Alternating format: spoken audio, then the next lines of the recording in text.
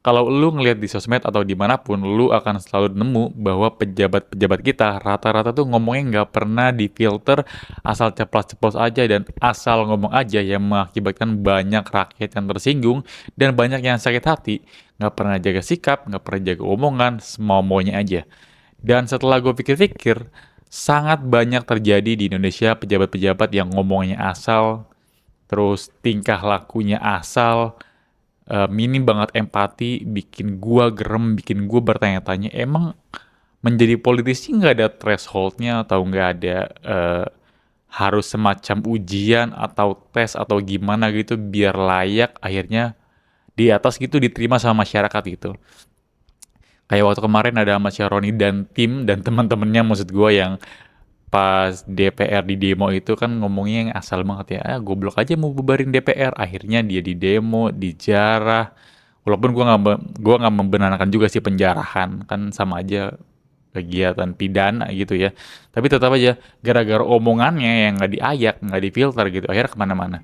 Terus Pak Prabowo juga pernah ngomong kalau pohon sawit mah sama pohon-pohon yang lain mah sama aja, sama-sama pohon, sama-sama punya daun. Jadi mah nggak usah terlalu takut sama deforestasi gitu. Itu kan menurut gua kayaknya anak sekolah aja tahu deh deforestasi deforestasi itu salah. Kita tuh harus banyak-banyak nanam pohon dan segala macam. Kayaknya gue mikirnya tuh kayak mereka tuh sebenarnya ngerti nggak sih apa yang mereka omongin.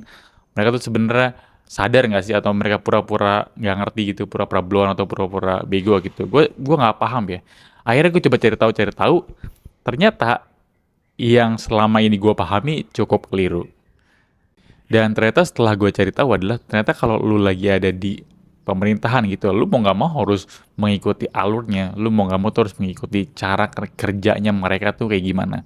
Nggak melulu sesuai dengan apa yang diinginkan, nggak melulu ideal, nggak melulu normal. Jadi ada cara-cara yang memang nggak ideal dan nggak normal tapi tetap harus dijalanin gitu. Dan kita semua tahu mereka tuh berada di situ bukan semoga aja memang karena eh, ada karena rakyatnya gitu. Tapi kebanyakan dari mereka di sana itu karena punya kepentingan masing-masing. Ada yang mungkin kepentingannya cari uang, ada yang mungkin kepentingannya cari jabatan, ada yang mungkin kepentingannya cari popularitas, cari kekuasaan, cari apapun, permudahan dan segala macam yang bikin mereka kadang ngelakuin hal-hal aneh. Coba kalau kita pikir, Pak Prabowo kan nggak mungkin nggak tahu ya kalau pohon sawit dan pohon biasa tuh fungsinya beda. Kalau kita lihat sederhananya aja kan sawit dalam tanda kutip nggak bagus buat tanah, terus akarnya serabut, nggak menyerap air dan segala macam. Harusnya kalau seperti itu kan sudah sangat sederhana dan sudah sangat kita tahu ya. Tapi beliau ngomong kayak gitu, kayaknya mah bukan karena nggak tahu, tapi karena beliau punya kepentingan bahwa beliau juga punya kebun kelapa sawit, beliau juga punya pabrik kelapa sawit, beliau juga berpikir bahwa kelapa sawit adalah salah satu penghasil devisa negara tertinggi. Jadi mau nggak mau beliau harus membranding atau mencitrakan kelapa sawit sebagai komoditas atau tanaman yang oke dan nggak berbahaya buat lingkungan. Terus kalau ini sih kita ketahuan ya citranya itu gimana karena punya kepentingan. Tapi kalau kita lihat dari pejabat-pejabat yang ngomongnya asal jeplak aja kayak Ahmad Saroni kemarin atau misal Pak Luhut yang bilang ya udah kalau mau kabur dulu kan waktu itu zamannya kabur dulu aja. Udah kalau mau kabur dulu aja silakan nggak usah balik-balik lagi gitu dan segala macam. Kayaknya kalau gua lihat ya antara memang karena elit, gue sih ngerasa gitu ya. Karena kalau Pak Luhut mungkin menurut gue karena beliau adalah sudah lama di militer. Yang gue tahu adalah bisa sih kalau di militer kalau lu jadi atasan ya atau lu jadi komandan gitu kan semuanya akan nurutin perintah lu ya. Lu ngomong A pasti A, lu ngomong B pasti B. Nggak ada tuh intervensi, nggak ada tuh bilang enggak pak jangan A pak, mending A2 atau A1 atau A3 gitu. Jadi ada opsi-opsi lain. Kayaknya kalau di militer kan nggak gitu ya. Jadi bos menyuruh A, komandan menyuruh A, lu harus jalanin apapun yang terjadi gitu. Walaupun kadang nggak sesuai sama moralitas yang ada di benak lu gitu. Kadang nggak sesuai keinginan lu, kadang nggak ideal, kadang memang melawan dari apa yang lu yakini, tapi memang lu harus ngelakuin itu gitu. Jadi karena mungkin terbiasanya di sana nggak pernah dengerin rakyat, nggak pernah turun langsung, nggak pernah jadi pejabat publik. Akhirnya ketika jadi pejabat publik, denger rakyat ngoceh, denger rakyat ngomel, walaupun rakyat kan kadang ngomelnya ada rakyat yang pintar, juga ada rakyat yang agak-agak gitu kan, agak-agak kurang maksud gue. Jadi kan mungkin beliau dengerinnya rakyat-rakyat yang kurang, jadi seakan-akan kok rakyat blow on banget gitu. Akhirnya dia marah-marah, kesel marah-marah gitu kan. Tapi kan lu sebagai pejabat juga harusnya tahu dong dari sekian banyak rakyat lu mana yang kayaknya wah ini omongannya ini benar, ini omongan yang kritiknya sesuai, ini kritiknya benar membangun, kayaknya ini arahnya benar. Terus ada yang emang kurang aja gitu, emang cuma pengen ngehina, pengen nyela aja itu emang nggak perlu dengerin gitu. Kayaknya lu harus punya sense gitu deh. Nggak semuanya nggak semuanya nggak semuanya rakyat goblok itu harus didengerin gitu. Karena kan ada yang blon-blon gitu ya. Terus yang kemarin ada hmm, siapa tuh yang kemarin yang Gus dari PBNU yang bilang kalau kita zero mind tuh sama dengan bodoh gitu kan. Gua sih nggak ngerti di sebenarnya dia apa yang ada di kepalanya, di gua mencoba untuk tahu. Tapi kan bukan berarti kalau kita menolak mining atau kita menolak pertambangan, kita kan bukan berarti sama sekali nggak ada pertambangan, nggak ada nikel, nggak ada emas, nggak ada batu bara. Kita sih nggak anti sawit, kita sih nggak anti pertambangan, kita sih nggak anti nikel dan segala macam.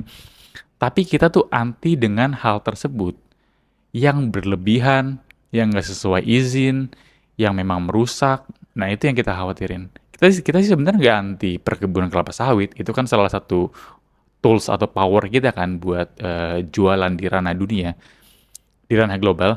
Tapi kan kalau lu buka lahannya kebanyakan, lu buka lahan yang nggak sesuai peraturan, lu buka lahannya semua mau lu, lahan konservasinya lu babat segala macam dan segala macam. Akhirnya kan bikin bikin kita tuh nggak punya hutan yang proper gitu. Akhirnya semuanya jadi kebun, nggak terkontrol, nggak terkoordinir. Jadi akhirnya ya kayak banjir kayak di Sumatera.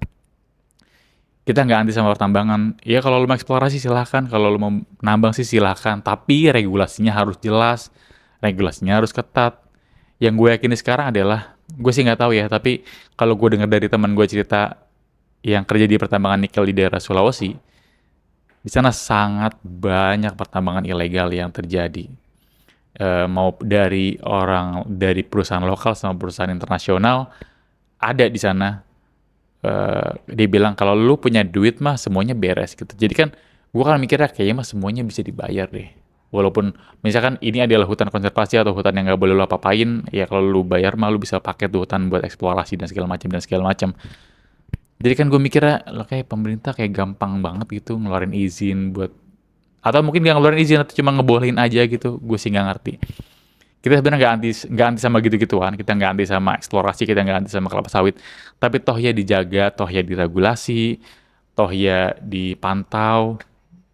Kayaknya pemerintah juga perlu gandengan sama ahli apa sih ahli perhutanan kali ya, atau saintis atau apalah semacam itu namanya, biar kita punya gambaran yang jelas loh. Misalkan hutan kita ada sekian ribu hektar. Kalau ini dibangun di sini, dengan skema gini, gini, gini, datarannya gini, gini, gini, aman nggak ya kira-kira gitu. Kayaknya itu perlu ada pertimbangannya deh.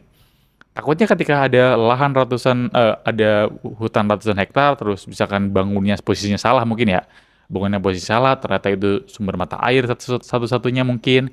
Atau itu kawasan yang sangat krusial bagi ekosistem setempat dan segala macam, kan kita nggak tahu ya, kayaknya perlu seorang ahli yang buat ngatur gitu-gituan biar hutannya terlindungi juga, terus ekonominya juga bertumbuh, masyarakatnya juga bertumbuh, jadi seimbang gitu, nggak hancur sebelah gitu.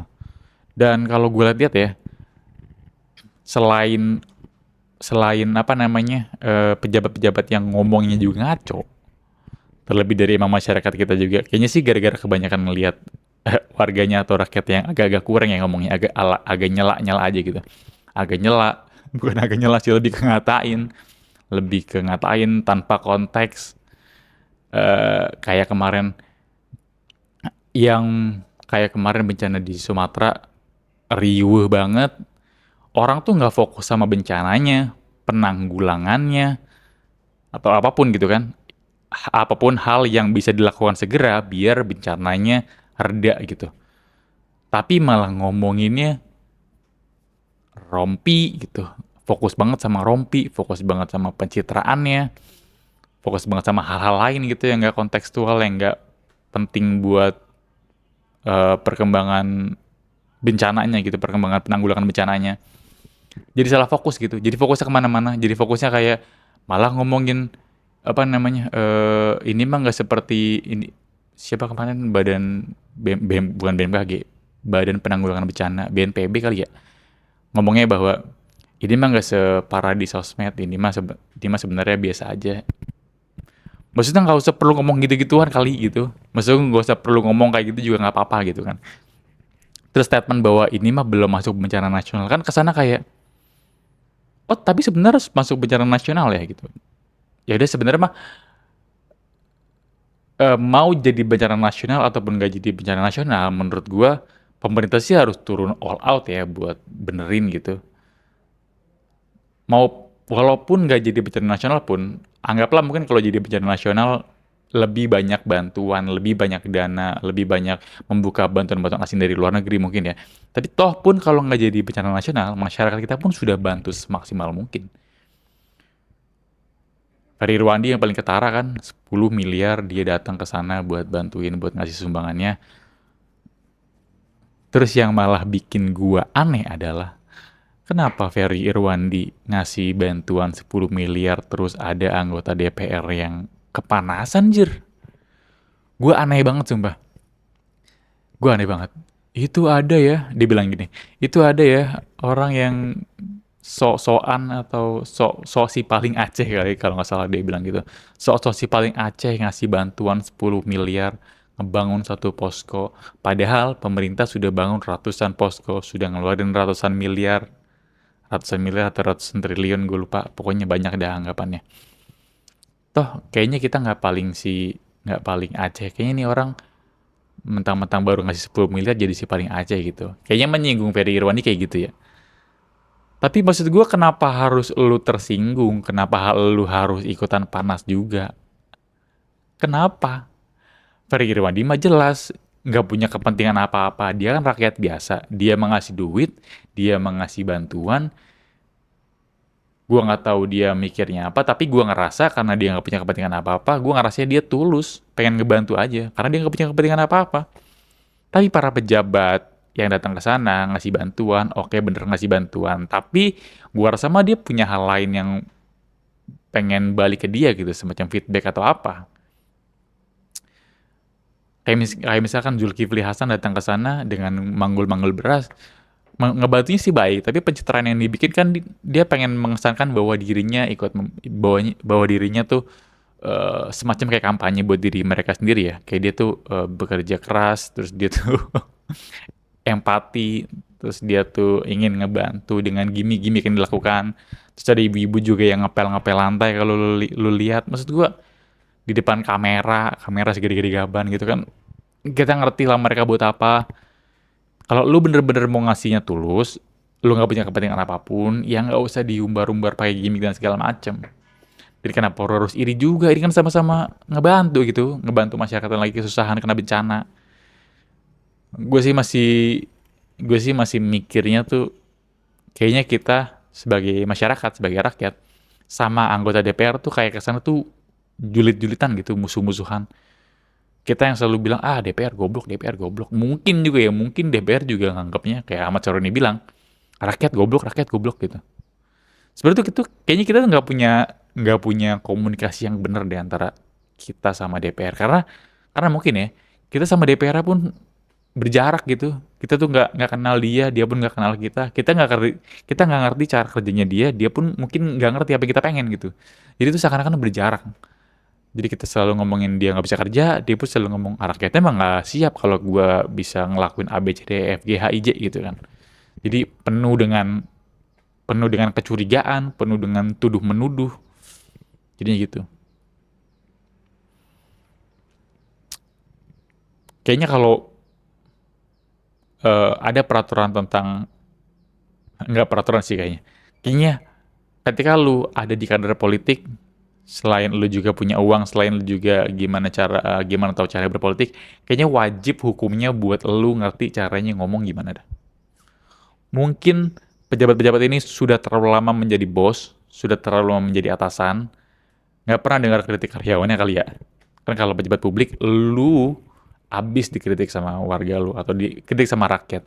Kalau lu jadi bos di instansi, mungkin mereka-mereka ini dulunya adalah bos di perusahaan tertentu atau bos di organisasi tertentu, di militer dan segala macam. Nggak pernah kena kritik, nggak pernah kena omongan, nggak pernah kena nyindiran mungkin. Terus lu jadi pejabat publik, kayaknya lu perlu pelatihan ekstra dan ekstra gimana cara nanganin kritik, gimana cara nanganin head speech. Kalau kritik mah lu bales, terus lu kasih argumen, tapi kalau yang nyela-nyela lu mah gue rasa mah nggak perlu dibahas sih, ngabis-ngabisin waktu lu aja. Sekarang tuh pemerintah argumen atau kritik yang benernya nggak diperhatiin, tapi bukan kritik sih, tapi celah-celahan yang goblok malah didengerin. Gue nggak habis pikir sih. Kayaknya lu perlu ngebelah-belah mana yang harusnya masuk ke dalam pikiran lu, mana yang nggak perlu gitu. Jadi nggak banyak pikiran gitu para pejabat. Kayak itu perlu sih menurut gue. Biar kedepannya nggak ada lagi tuh kayak pejabat-pejabat yang ngomongnya ngaco, pejabat-pejabat yang nggak empati, asal ceplos-ceplos aja ngomongnya. Akhir tahu kan konsekuensinya. Jadi sih kalau misalkan tahun depan masih banyak yang begini ya, ketika kita udah ngelihat konsekuensinya di jarah rumahnya, dibakar-bakar demo segala macam, kayaknya mah kalau ada di tahun 2026,